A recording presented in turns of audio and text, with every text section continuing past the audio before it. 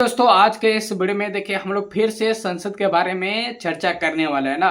पिछला दो वीडियो पीछे हम दो वीडियो बना चुके हैं हम लोग, जो कि संसद के बारे में दोनों वीडियो में कवर करने का कोशिश किया है। लेकिन इस संसद के पर तो ये लास्ट वीडियो नहीं रहेगा, लेकिन उसी में से बताए देखिए संसद के बताए कि संसद के कितने अंग होते हैं। 3 अंग होते हैं। कौन कौन?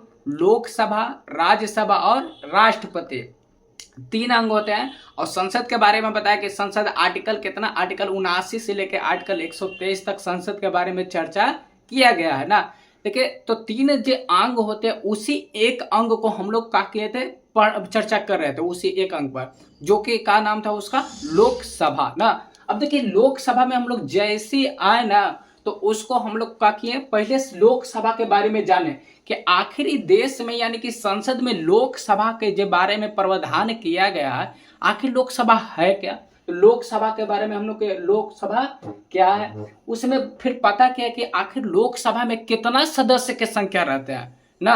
आखिर उसमें सदस्य की संख्या की कोई लिमिट है कि नहीं है। तो यानी कि सदस्य की संख्या यानी कि सीट की संख्या के हम लोग का उसको पर चर्चा किए। तो लोकसभा में सीट की संख्या कितना उसको हम लोग चर्चा किए। अब सीट के जो संख्या था ना, सीट के संख्या का आखिर निर्धारण किस तरह से होता था ना। आखिर जनसंख्या तो हम लोग का चीज के आधार पर, जनसंख्या के आधार पर होता था, जो कि 1971 के जनसंख्या के आधार पर होता था। तो आधार का था जनसंख्या था ना। अब इसमें एक और था कि यूटी के लिए अब देखिए हमारे देश है, हम लोग के भारत देश है, भारत में यूटी भी है यानी कि केंद्र शासित प्रदेश है, और राज्य भी है। तो राज्य के लिए कितना सीट की संख्या आवंटित किया गया है और केंद्र शासित प्रदेश के लिए कितना सीट की संख्या आवंटित किया है, सब हम लोग इतना तक यहाँ तक चर्चा किए हैं। लेकिन और भी जाने कि अब देखिए जब सीट के संख्या के निर्धारण हो गया तो अब हम लोग क्या किए कि अब जब सीट की संख्या जब बांट दिए तो उस पे हम लोग क्या कराने के लिए सोचे, उस पे चुनाव कराने के लिए सोचे कि अब हम लोग जितना ये सब जो सीट की संख्या बांटे हैं उस पर हम लोग क्या करेंगे, चुनाव कराएंगे। और वही जो चुनाव कराएंगे तो वहीं से प्रतिनिधि चुन के आएंगे, उसी को हम लोग बोलते हैं फिर क्या बोलेंगे, सांसद बोलेंगे ना। तो अब देखिए चुनाव के लिए जब निर्वाचन के लिए हम लोग प्रावधान हुआ तो आखिर जब चुनाव के लिए जब सोचा गया तो फिर यहाँ पे हम लोग सोच मतलब कि लेकिन लग गया कि आखिर चुनाव के कौन कौन व्यक्ति होगा जो कि लोकसभा के लिए उसको योग्य माना जाएगा। तो योग्यता के बारे में समझे कि कौन ऐसा व्यक्ति होगा जो इस देश के तो नागरिक रहबे करेगा, लेकिन उसका और का होना चाहिए, उसमें अयोग्यता का ना होना चाहिए कि तब वो का होगा लोकसभा के सदस्य के लिए योग्य माना जाएगा। तो योग्यता के बारे में फिर समझे।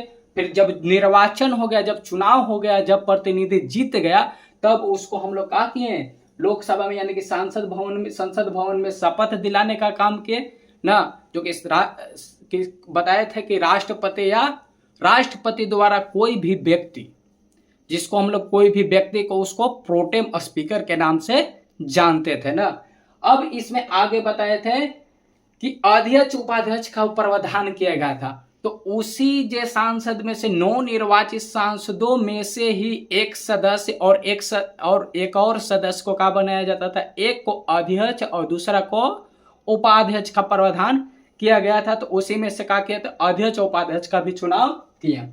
जब अध्यक्ष उपाध्यक्ष का चुनाव हुआ तो अब उसमें हम लोग क्या किए कि आखिर ये अध्यक्ष जो होता है, ये अध्यक्ष है कौन, इसका मतलब कि वहां तक हम लोग जाने कि अध्यक्ष कौन है ना, अध्यक्ष क्या है। तो पिछला वीडियो तक हम लोग अध्यक्ष कौन है यानी कि क्या है, इतना तक हम लोग चर्चा किए थे। आगे देखिए उसी को आगे हम लोग बढ़ाने वाले हैं, जो कि ये वीडियो जो होगा जो कि लोकसभा के अंतिम वीडियो होगा ना। अंतिम वीडियो यानी कि लोकसभा इस वीडियो में समाप्त हो जाएगा।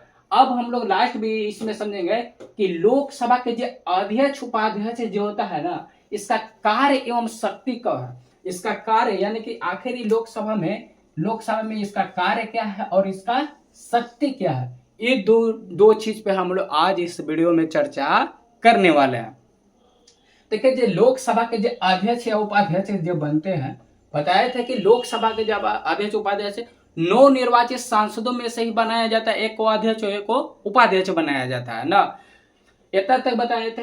लेकिन अब यहाँ देखिए कार्य के बात हो रहा है तो कार्य में सबसे पहले है कि इसका बैठक, जो लोकसभा के जो बैठक होता है, लोकसभा के जो भी बैठक होगा वो बैठक के संचालन कौन करेगा ना, बैठक के संचालन कौन करता है, लोकसभा के अध्यक्ष ही करता है। तो बैठक का संचालन करना, कार्यवाही चलाना और सदन को स्थगित करना, जो भी जब लोकसभा का जब बैठक होगा ना, तो लोकसभा के जब बैठक हो तो उसका जो भी कार्यवाही मतलब कि जो भी लोकसभा से संबंधित अंदर में जब बैठक के दौरान कार्यवाही होगा, किसको बोलना है, किसको बैठाना है, किसको कितना मिनट तक बोलना है। देखा होंगे कि अगर कोई भी सांसद को बोला जाता है कि आप बोलिए, इनाम से बोलते हैं कि आप ही बोलिए, अगर वो बोल रहे हैं और कोई भी बीच में डिबेट करता है यानी कि बोलता है, तो उसको क्या किया जाता है कि स्पीकर के अभी जो होता है, अब तो इलेक्ट्रॉनिक मतलब कि मॉडर्न हो गया है लोकसभा, मतलब कि उसमें क्या तकनीकी का प्रयोग किया गया है। तो अब क्या किया जाता है कि उसको माइक के लाइन काट दिया जाता है। माइक के जब लाइन काट देता है तो क्या होता है, वहां हंगामा होने लगता है। तो ये काम कौन कर रहा है, लोकसभा के अध्यक्ष ही कर रहा है ना। कहा कि उच्च लोकसभा के अध्यक्ष का संचालन कौन कर रहा है, सॉरी लोकसभा के संचालन कौन कर रहा है, अध्यक्ष कर रहा है। तो अगर ये व्यक्ति को बोलल गया कि ये व्यक्ति यहाँ 15 मिनट तक बोलेगा, अगर 15 मिनट के दौरान कोई भी आदमी उसमें डिबेट करेगा, अगर लगेगा कि ये आदमी गलत तरह से डिबेट कर रहा है, ये आदमी को बोलने में बाधित कर रहा है, तो लोकसभा के जो अध्यक्ष क्या करते हैं, वो सदस्य के स्पीकर के माइक काट देते हैं। उनको बाहर निकालने के भी मतलब की शक्ति है उनको, वो आदमी को बाहर भी निकाला जा सकता है या बैठा भी सकते हैं। मतलब कि यहाँ पे शक्ति यानी कि पावर उन्हीं के हाथ में है ना। तो ये हो गया सदन का संचालन यानी कि कार्यवाही को चलाना, सदन को स्थगित करना। सदन को स्थगित भी करने का काम करना है लोकसभा के अध्यक्ष का ही काम होता है। अब देखिए लोकसभा के जो अध्यक्ष सबसे बड़ा काम यही है, लोकसभा के ये तो बेसिक काम हो गया संसद के लोकसभा को संचालन करना, स्थगित करना, कार्यवाही को संचालित सही रूप से मतलब कि चलाना, कि आखिर कितना समय में किसको बोलना है किसको नहीं बोलना है, ये अच्छी तरह से ये बेसिक चीज है लोकसभा का।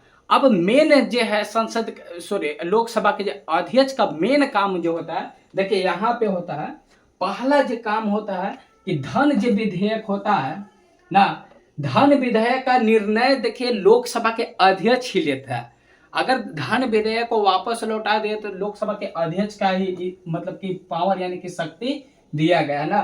तो धन विधेयक, कोई भी विधेयक धन विधेयक है कि नहीं या वित्त से संबंधित है कि नहीं, इसका निर्णय कौन लेता है, लोकसभा के अध्यक्ष ही लेते हैं ना। अगर ये बोलेंगे लोकसभा के अध्यक्ष कि ये जो प्रस्ताव आप लोग मतलब जो भी विधेयक आप पेश किए वित्त से संबंधित नहीं है, तो वो क्या होगा, वो प्रस्ताव को क्या किया जाएगा, खारिज हो जाएगा ना। तो यहाँ के यानी कि लिखा है कि धन विधेयक से संबंधित जो भी प्रस्ताव होगा इसका अंतिम निर्णय जो लेंगे लोकसभा के अध्यक्ष ही लेंगे। इनका जो निर्णय लेता होता है अंतिम होता है। जब ई पास कर देते हैं तो कोई भी इसको रोक नहीं सकता। अब देखिए धन विधेयक जब होता है राज्यसभा में जब जाता है ना, तो राज्यसभा 14 दिन तक रोक सकता है ना।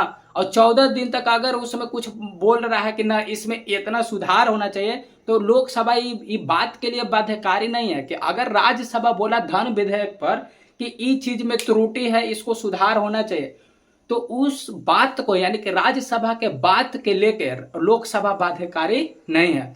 अगर राज्यसभा पास करेगा तब वो ठीक, नहीं पास करेगा तो 14 दिन के बाद ऑटोमेटिक धन विधेयक का हो जाता है, पारित हो जाता है। क्यों? क्योंकि धन विधेयक के अंतिम निर्णय लेने का शक्ति किसको है, लोकसभा के अध्यक्ष को होता है। पहला बात सबसे इंपोर्टेंट यही है ना। दूसरा होता है देखिए दल बदल, जो दल बदल से संबंधित जो हम लोग के अनुसूची 10 में दिया गया है, दल बदल से संबंधित जो प्रावधान किया गया, तो दल बदल के कोई भी सांसद यानी कि सदस्य दल बदल का दोषी है कि नहीं है, इसका भी निर्णय कौन लेता है, अध्यक्ष लेता है। अगर अध्यक्ष बोलता है कोई भी किसी भी सदस्य के खिलाफ, मान लीजिए कोई भी सदस्य के खिलाफ अगर लाया गया कि नहीं दल बदल से संबंधित इसको प्रस्ताव लाया गया, और अगर लोकसभा के अध्यक्ष चाहेंगे कि न ये व्यक्ति दोषी नहीं है दल बदल से, तो ये क्या हो जाएगा, प्रस्ताव का क्या किया जाएगा, खारिज हो जाएगा ना। वही दल बदल के जो अंतिम निर्णय यानी कि कोई भी व्यक्ति दोषी है कि नहीं, इसका भी निर्धारण कौन करता है, लोकसभा के अध्यक्ष का ही काम है। अब देखिए एक है संयुक्त बैठक, यहाँ लिखा हुआ है संयुक्त बैठक कब बुलाया जाता है? जब कोई भी मामला ऐसा हो, कोई भी मामला हो जो देश से संबंधित हो और इम्पोर्टेंट हो। जैसे में अभी तक संयुक्त बैठक हम लोग के देश में 3 बार बुलाया जा चुका है। एक दहेज प्रथा से संबंधित था, एक बैंकिंग से संबंधित था और एक था आतंकवादी से संबंधित। मतलब कि 3 बार संयुक्त बैठक बुलाया जाता है। संयुक्त बैठक में देखिए, संयुक्त बैठक को बुलाना, अब यहां से देखिए समझिए, संयुक्त जब बैठक होता है, संयुक्त बैठक को बुलाते कौन है? बुलाते हैं राष्ट्रपति। लेकिन जिस संयुक्त बैठक जब संयुक्त बैठक यानी कि संयुक्त बैठक में कौन कौन होगा? राज्यसभा के भी सदस्य होगा और लोकसभा के सदस्य होगा। दोनों सदस्य का होता है एक जगह आते हैं। तो अब जब दोनों सदस्य एक जगह आएंगे तो उस जगह मतलब कि उसका अध्यक्षता कौन करता है? तो यही करता है लोकसभा के अध्यक्ष। संयुक्त बैठक की अध्यक्षता भी कौन करता है? लोकसभा के अध्यक्ष ही संयुक्त बैठक की अध्यक्षता करते हैं ना। तो संयुक्त बैठक बुलाने का काम है राष्ट्रपति को और उसका अध्यक्षता करने का काम है किसका? लोकसभा के अध्यक्ष को। संयुक्त बैठक में लोकसभा के भी सदस्य होते हैं और राज्यसभा के भी सदस्य होते हैं। अभी तक भारत में 3 बार संयुक्त बैठक बुलाया गया है। एक दहेज से संबंधित के मामले में बुलाया गया था, एक बैंकिंग से संबंधित और एक आतंकवाद से संबंधित बुलाया गया था ना। अब देखिए सदस्यों का एक बात समझिए, यहाँ नोट में है ना, ये अपवाद में चल जाएगा। कोई भी सदस्य आयोग का निर्धारण, मतलब संसद के जो भी सदस्य होते हैं, अगर देखिए अब संसद के सदस्यों को अयोग्यता का निर्धारण कौन करता है? अयोग्यता मतलब कि अयोग्यता से संबंधित संसद के सदस्य का अयोग्यता मतलब कि मतलब है कि संसद का वो सदस्य के लिए योग्य नहीं है। इसका निर्धारण कौन करेगा? तो लोकसभा के अध्यक्ष का पावर नहीं है उस समय ना, क्योंकि संसद के सदस्य का योग्य है या नहीं है, इसका निर्धारण कौन करता है? राष्ट्रपति करते हैं। हमारे देश के जो राष्ट्रपति होंगे वही संसद के सदस्यों का अयोग्यता का निर्धारण करते हैं। अब राष्ट्रपति करता है किसके सिफारिश पे? ऐसा तो बात नहीं है कि डायरेक्ट राष्ट्रपति कहेंगे कि ना आप भारत के नागरिक हैं लेकिन संसद के सदस्य बनने योग्य नहीं है। डायरेक्टली ये नहीं बोलते हैं। इसका भी एक सिफारिश होता है जो कि निर्वाचन आयोग अगर बताता है कि ये जो व्यक्ति है इस क्षेत्र के लिए, मतलब कि जो भी क्षेत्र है उसका, इस क्षेत्र से संबंधित इसका आचरण व्यवहार मतलब कुछ भी सही नहीं है, इस संसद के सदस्य बनने योग्य है। ये नहीं, साफ अंतिम निर्णय कि संसद के सदस्य बनने योग्य नहीं है। तो ये जब बात किसको बताएगा? निर्वाचन आयोग है। ये सब बात केकरा बताएगा? राष्ट्रपति को बताएगा। और राष्ट्रपति को जब बताएगा तो राष्ट्रपति का इस समय का होगा अंतिम निर्णय होगा और राष्ट्रपति उस व्यक्ति को आयोग घोषित कर सकते हैं। तो किसी भी संसद के सदस्य को अयोग्यता का निर्धारण करने का पावर किसके पास है? राष्ट्रपति के पास है, लोकसभा के अध्यक्ष के पास नहीं है ना। तो अब देखिए इतना, अब यहाँ हो गया, क्या हो गया? चैप्टर द यानी कि लोकसभा का हो गया यहाँ पे खत्म हो गया। अब देखिए प्रथम लोकसभा जब अध्यक्ष प्रथम लोकसभा के जब अध्यक्ष बने थे, प्रथम लोकसभा के अध्यक्ष कौन थे? जीवी मावलंकर थे। जीवी मावलंकर के बारे में देखिए जानना चाहिए ना। जीवी मावलंकर प्रथम लोकसभा के अध्यक्ष बने थे और ऐसा ही प्रथम लोकसभा अध्यक्ष व्यक्ति थे जो कि पद पर रहते ही इनका क्या हो गया था? मृत्यु हो गया था। तो ये प्रथम ऐसा लोकसभा के अध्यक्ष थे जो कि पद पर रहते इनको क्या हो गया था? मृत्यु हो गया था। देखिए अभी जो बताए थे पिछला वीडियो में कि अभी राहुल गांधी यानी कि विपक्ष के जो नेता हैं राहुल गांधी, जो कि अध्यक्ष जो कि लोकसभा के जो स्पीकर ओम बिरला है, उनको हटाने के लिए एक प्रस्ताव अभी लाए थे। 2-4-10 दिन हो गया इसके न पहले, लेकिन प्रथम बार हटाने का प्रस्ताव भी जीवी मावलंकर को प्रस्ताव लाया गया था इनको भी हटाने के लिए, लेकिन हटे नहीं थे ना। प्रथम महिला अध्यक्ष कौन था?